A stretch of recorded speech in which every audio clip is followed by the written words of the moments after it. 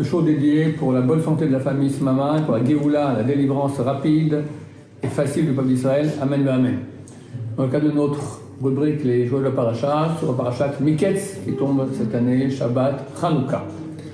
Donc, à la fin de la Paracha précédente, on voit que Yosef Hatzadik va interpréter les rêves du panetier et du cellier dans la prison égyptienne, et le cellier va être acquitté, et Yosef lui dit, s'il te plaît, quand tu seras près de Pharaon, souviens-toi de moi, et parle à Pharaon pour qu'il me sauve de prison. Je t'ai volé de la terre des Hébreux, j'ai rien fait non plus, rien fait avec la femme de Potiphar, à tort on l'a mis en prison, ça fait 10 ans que je suis en prison, sors-moi de là-bas.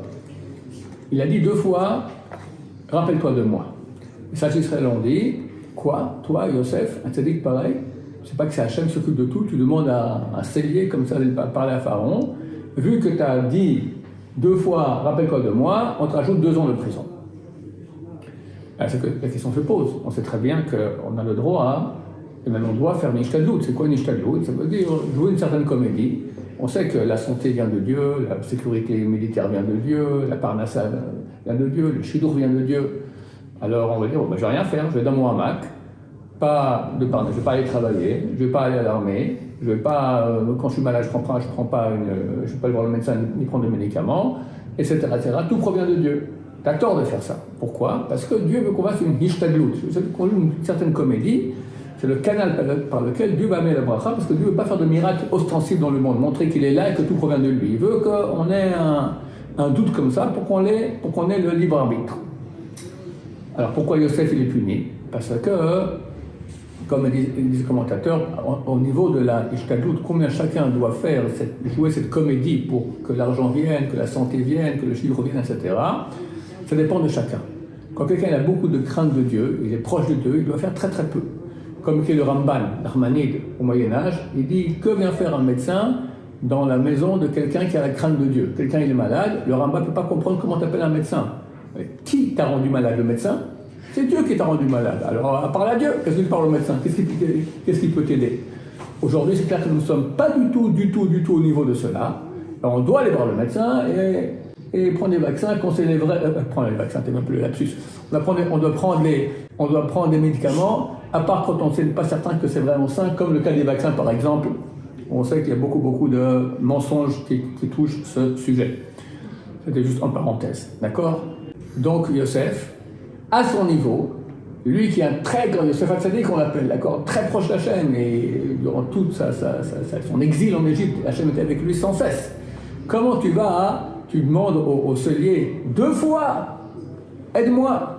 Alors Shimon Shkop, il dit, nous on croit que s'il avait dit une seule fois, il aurait eu 1 an de prison. Il a dit 2 fois, il a eu 2 ans de prison. On dit non, ça se peut que s'il avait dit une seule fois, ça aurait passé. Dans le ciel, on dit bon, c'est une ishtadlout minimale, rappelle-moi une fois. 2 fois, c'est déjà trop, alors tac, on lui a mis déjà les 2 ans. En tout cas, à son niveau, c'est exagéré. À notre niveau, c'est vrai qu'on aurait dû le faire, et plus que cela. Les gens croient que c'est surtout dans le commerce, dans le business, les gens croient que s'ils vont magouiller un peu, ils vont gagner plus. C'est complètement idiot. Parce que c'est clair, à part ça vient à 100% de Dieu. Maintenant, que tu fasses la magouille ou pas, tu vas gagner exactement la même chose. Et si déjà tu gagnes différemment, la magouille fera que tu auras moins de bénédictions que si tu vas être droit. Et c'est une très grande épreuve. On voit que Yosef Hatzadik, il arrive en Égypte, il est vendu à Potiphar, et très rapidement, Potiphar lui dit, bon, tu t'occupes toute ma maison. Parce qu'il a vu qu'il y avait la bracha. Tout ce qu'il faisait Yosef, ça marchait, ça réussissait bien. Il s'occupe de rien. Que le pain qu'il mange, c'est sa femme. D'accord? Le reste, dans les mains de Yosef. Comment Potiphar aurait-il laissé à Yosef la direction de ses affaires s'il y avait un moindre doute qu'il n'est pas super honnête? Après, Yosef est jeté en prison. Et là-bas aussi, le chef de la prison, il voit que tout fonctionne fausse. Et Yosef, tout ce qu'on lui dit, ça y est, et Abraha. Et bon, tu t'occupes de tout, et terminé. Là aussi, jamais il aurait laissé diriger une prison s'il y avait un moins doute qu'il n'est pas complètement honnête. De temps en temps, il se met un peu une patate dans la poche, d'accord, un petit bonbon, quelque chose. Rien. Super droit. Et grâce à ça, il a la bracha. C'est certain que Yosef Hatzadik avait d'autres mérites aussi. Mais s'il était aussi un peu voleur, il n'y aurait plus rien. Il n'y a pas de chose qui arrête la bracha plus que le vol, que la malhonnêteté. Quand on arrive à la Maba, la première question qu'on nous pose, c'est quoi? Il y a 6 questions qu'on nous pose, les 6 premières questions, qui sont écrites dans le traité Shabbat, page 31. Première question qu'on nous pose, Nasata Beimuna, est-ce que tu as fait ton business, ton commerce, de façon honnête? C'est l'Archouma, la première question déjà. Hein? D'autant plus qu'on revient en Gilgoul. Quelqu'un qui a volé, je sais pas moi, il a pris la gomme de son prochain à l'école, d'accord? Il a déjà 13 ans. Il a volé un stylo. Il est payé à l'heure et il parle au portable alors que son patron ne veut pas qu'il parle au portable trop longtemps. Et il parle trop longtemps, d'accord? Il revient en Gilgoul pour ça. C'est pas crétin, c'est pas idiot. Revenir en réincarnation pour un stylo, pour une gomme, pour quelques minutes de discussion sur un portable. On voit dans notre paracha que Yosef Hatzadik, lorsque les 10 frères viennent d'Égypte pour acheter la nourriture, viennent d'Israël en Égypte pour prendre la nourriture pour emmener en terre d'Israël. Et ils accusent d'être espions. Et il leur fait une vraie enquête, une vraie analyse de tout ce qui se passe. Et il leur dit, écoutez, si vraiment, c'est comme vous dites, vous avez un frère qui est encore en terre d'Israël, par le Binyamin, alors allez-y, repartez, je prends en otage Shimon, un de vos frères, et vous partez, et vous me ramenez, je veux voir que c'est vraiment des gens honnêtes, vous le dites c'est vrai, vous m'amenez le dernier fils, Binyamin. Et il dit à son intendant de mettre dans les sacs, il leur donne beaucoup de nourriture, il dit tu lui remets la bourse d'argent qu'ils ont amené. Ils ont amené de l'argent pour acheter la nourriture, cet argent tu remets dans les sacs. Et ils repartent là-bas, ils arrivent chez Yaakov Avinu, ils ouvrent les sacs, ils voient du coup l'argent, ils ne comprennent pas qu'est-ce qui s'est passé. Pourquoi il a fait ça? Qu'est-ce qu'il a gagné par ça? Pourquoi il fait une chose pareille? Qu'est-ce qu'il a gagné maintenant de remettre l'argent? Quoi, c'est un cadeau? C'est un cadeau empoisonné. Ils ne vont pas dormir la nuit. Non, mais qu'est-ce que c'est cette histoire? C'est un truc complètement terrible. Mais Yaakov, il va se dire, non, mais qu'est-ce qui s'est passé là? Ils vont nous arrêter si on part là-bas en Égypte. Les commentateurs ils disent comme ça. Ils disent, Yaakov était très très très attaché à Binyamin. C'était le deuxième fils qu'il avait de Rachel. Le premier, Yosef, d'après ce que croyait Yaakov, était déjà mort. Il s'est dit, j'en verrai pas, c'est comme ça la vie, je n'envoie pas Binyamin, tant pis.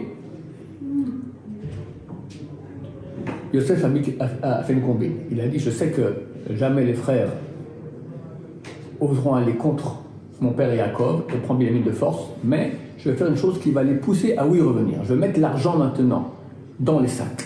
Ils vont voir maintenant qu'ils ont un argent qui ne leur appartient pas. Ils vont dire ça à Yaakov. On a un argent qui ne nous appartient pas, on doit repartir. Comment je peux rester avec un argent volé? Ça a gambagé dans la tête de Yaakov. Au bout d'un moment, Yaakov accepte. C'est vrai aussi qu'au moment où il y avait la famine, il leur a dit, Yaakov, reprenez l'argent maintenant, allez le rendre. Ils n'ont pas oublié qu'il y avait une dette. Les frères de Yosef sont honnêtes, comme Yosef, comme Yaakov Avinu. Après, ils reviennent en terre d'Égypte, et bon, il y a toute une histoire, ils voient effectivement que Binyamin est là, Yosef, et les laisse repartir avec Binyamin, tout le monde repart ensemble, et il leur donne beaucoup de nourriture, etc. Et qu'est-ce qu'il fait? Il dit à son intendant de mettre sa coupe d'argent dans le sac de Binyamin pour faire toute une histoire avec eux. Et le verset dit une chose très bizarre. C'est marqué Haboker Or, il fut matin. Vanashim Shulchu, et les gens ont été envoyés. Hemma Vahamorem, eux et leurs ânes. Donc ils ont mangé avec Yosef, ils étaient très contents, avec Binyamin. Hop, le matin ils partent, eux et leurs ânes. Demandent les commentateurs, qu'est-ce qu'on en a à faire de leurs ânes? La Torah va me raconter qu'il est parti sur un âne, et pas sur un dos de chameau, et pas en taxi, et pas en barque. Qu'est-ce qu'on en raconte? Ils sont partis, eux et leurs ânes. Alors on explique comme ça. Il y a une Gemara dans le traité Ta'anit, page 24, qui parle de l'âne de Rabbi Yosef ben Yokrat. Rabbi Yosef ben Yokrat, un sage d'Israël, très honnête. Il avait un âne aussi honnête que lui. Et lui, il louait son âne. Et les gens l'ont loué pour la journée, ils travaillaient, et puis quand il finissait, il mettait l'argent de la location sur l'âne, et l'âne rentrait à la maison chez son maître, Rabbi Yosef ben Yokrat. Des fois, l'âne, il ne bougeait pas. Pourquoi? S'ils avaient mis trop d'argent, il ne bougeait pas. Pas assez d'argent, il ne bougeait pas non plus. Il fallait mettre exactement la somme qui revenait du nombre d'or qu'ils ont fait. Exactement, ils savaient. Une fois, ils ont mis la somme exacte, et l'âne ne bouge pas, ils n'ont pas compris. Ils ont vérifié, ils ont vu qu'il y avait des sandales d'un des employés qui étaient restés sur l'âne. Ah bon, il ne veut pas voler les sandales. Ils ont pris les sandales, tac, l'âne, il est parti. Super honnête. Si ce que fait Yosef maintenant, il prend la coupe qui lui appartient et la met dans le sac de Binyamin, normalement l'âne de Binyamin, il est au moins aussi performant que l'âne de Rabbi Yosef ben Yochai dans la Gemara. Binyamin, c'est un super grand sadique, bien plus que Rabbi Yosef ben Yochai, c'est un grand sadique, mais Binyamin, on parle des fils de Yaakov, d'accord, c'est beaucoup, beaucoup plus haut. L'âne n'aurait pas bougé. Avec une coupe en argent volé sur son dos, n'aurait pas bougé. On nous dit cela, oui, il a quand même bougé. Pourquoi? Parce que Dieu était d'accord avec ce que faisait Yosef. Pour nous dire que ce qu'a fait Yosef, c'est pas du vol. D'abord, c'est sa propre coupe à lui. Et ensuite, c'est même pas considéré comme du vol si Binyamin découvre cela dans son sac, parce que Dieu était d'accord avec cela. Le Gaon de Vilna donne un chidouche terrible. Lorsque les fils de Yaakov Rabbeinu reviennent déjà une deuxième fois en Égypte, alors le chef dit à son intendant, fais-les venir chez moi à la maison, on va manger ensemble.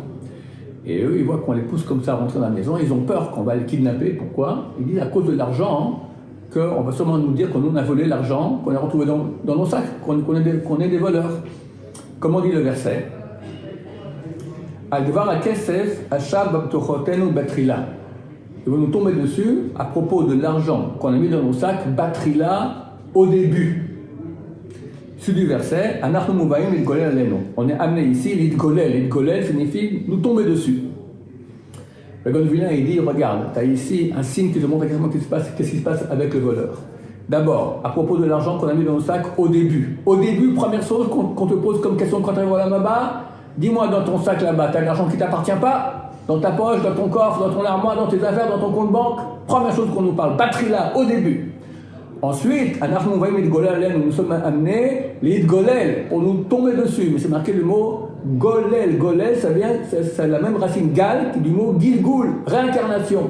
Quand quelqu'un il vole, il est réincarné, un Shemishmor. Revenir ici de nouveau. C'est terrible, il n'y a pas pire que cela. C'est bien mieux d'aller en enfer que de venir en gilgoul sur terre. Pourquoi? L'enfer, c'est le billet d'entrée pour le paradis. Une fois que c'est la machine à laver, tu vas là-bas, on te nettoie, tu rentres au paradis tranquille. Quand tu viens ici sur Terre, tu sais jamais qu'est-ce qui va se passer. Si, c'est quand l'habit est trop déchiré, on ne peut même pas le laver dans la machine à laver, on le renvoie chez le tailleur. Ça va revenir sur Terre. Et tu recommences tout au début. Et à la moindre erreur, boum! Ça se peut des fois, quelqu'un revient sur Terre pour réparer un truc, et il fait 1000 fois pire. D'accord? Ici, tous les coups sont permis. C'est très très compliqué. Pourquoi cette gravité de revenir en Gilgoul pour le vol? Ah, j'ai volé la gomme de quelqu'un à l'école, j'avais 13 ans déjà, revenir en Gilgoul pour une gomme, c'est quand même dommage. Alors c'est écrit comme ça. C'est écrit que l'argent, comment on dit argent en hébreu? Il y a 3 mots, kesef, mammon et damim. Damim signifie quoi aussi en hébreu? Du sang. Pourquoi on appelle l'argent du sang? C'est marqué qu'Adam ou un nefesh. Le sang, c'est la nefesh. Notre âme se trouve dans notre sang. Il y a 86 millilitres de sang dans lesquels se trouve notre âme, l'âme la plus basse. D'accord? Si ces 86 millilitres de sang sortent, alors on meurt parce que l'âme nous quitte. Donc il y a un rapport entre l'âme et le sang.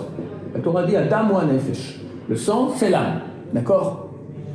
Maintenant, c'est écrit aussi celui qui vole une prouta, c'est la valeur de 1/40e de grammes d'argent pur d'après le taux boursier. C'est environ aujourd'hui un demi-shekel, d'accord? Celui qui vole un demi-shekel à son prochain, c'est comme s'il lui a volé son âme. C'est pour ça que l'argent est appelé damim, est appelé du sang. Parce qu'il y a un rapport entre l'argent et l'âme, lequel. Chacun de nous a son âme, et son âme ne se limite pas qu'au corps. Son âme va aussi dans tous les biens que j'ai. Mon costume appartient, il y a des parties de mon âme qui sont là-dedans. Ma gomme appartient, il y a des parties de mon âme qui sont dans la gomme. Pourquoi? Parce que tout ce que j'ai, ce sont les outils qu'Hachem m'a donnés pour faire ma mission sur Terre. Et quand je fais ma mission sur Terre bien, alors ces étincelles, il y a des étincelles de sainteté qui sont dans ces ustensiles-là, elles font leur tikkun. Elles partent au Lamaba, elles sont propres, elles ont fait leur job qu'elles avaient sur Terre. M'aider à faire ma mission. Maintenant, vient Tartampion, me pique ma gomme. Il y a un morceau de mon âme qui est là-bas. Attends, lui ne peut pas faire mon job, le tikkun de cette étincelle d'âme qu'il a dans lui, il ne peut pas le faire. C'est moi qui peux le faire. Mais je ne peux plus le faire. La gomme, elle n'est plus chez moi, elle est chez lui. Alors, il y a une partie de mon âme là qui est bloquée et qui ne fait pas son tikkun. Il faut revenir sur terre pour faire le job qu'on devait faire avec cette gomme-là. Et le type qui a volé, lui aussi doit revenir pour me le rendre. C'est terrible. Des fois, Dieu a pitié. Alors il dit, c'est dommage que tu viennes pour une gomme, t'es un grand sadique. Allez, on va faire en sorte que le type qui t'a volé, lui, revient sur terre en Gilgoul, il va donner ça à ta descendance. Ça marche aussi, mais c'est pas toujours que ça marche comme ça. Quelqu'un, il n'a pas volé une gomme, il a volé plus qu'une gomme, d'accord, et il n'était pas un grand sadique, Dieu le renvoie en Gilgoul. C'est terrible, c'est terrible. Ça vaut la peine que nous pardonnions à tous ceux qui nous volaient. On lui donne, c'est bon, je lui donne un cadeau, je peux donner à quelqu'un quelque chose. Quand j'ai fait ça, l'étincelle, elle est réparée. Je dois donner ce que je veux de mes biens à qui je veux. Quelqu'un qui m'a volé chez Mochel, j'excuse complètement. Comme ça, lui, il aura son problème avec Hachem pour réparer ça, la gomme volée, mais moi, je ne vais pas revenir pour qu'on me rende la gomme. D'accord? C'est idiot de revenir. Ça ne va pas toujours pardonner tout ce que les gens nous font de mal. C'est marqué que on punit quelqu'un à cause de toi, alors toi, tu ne peux pas. Il y a le pargod, il y a Hachem, et il y a une sorte de pargod, comme cela, on va dire, on va appeler cela, une sorte de barrière, d'accord? Les gens peuvent rentrer derrière la barrière et être avec Hachem. Il y en a qui ne peuvent pas rentrer, ils doivent rester au-delà de la barrière. Entre autres, ceux qu'on a punis d'autres gens à cause d'eux. Toi, tu n'as rien fait, mais les gens t'ont fait du mal, tu leur en as voulu, alors on les a punis à cause de toi. On a puni les gens à cause de toi, et toi tu voulais. Si toi tu voulais rien du tout, puis Dieu a voulu les punir, c'est plus ton affaire, mais toi tu étais intéressé à ce qu'on les punisse. Alors dans ce cas-là, si on a puni à cause de toi, ou bien tu auras pu pardonner et tu n'as pas pardonné, alors toi on ne va pas te punir comme eux, tu n'as rien fait, c'est toi qui étais le lésé. Mais néanmoins, tu ne peux pas être proche d'Hachem. Hachem veut qu'on pardonne. Donc ça vaut la peine de pardonner à tous ceux qui nous volent, ça vaut la peine aussi d'être extrêmement honnête. Comme ça, on sera des sadikim que des sadiques, on aura la bracha en plus. Quand quelqu'un est droit, alors toujours ça marche mieux que si il est tordu et magouilleur. Baruch Adonai, l'olam, amen, amen.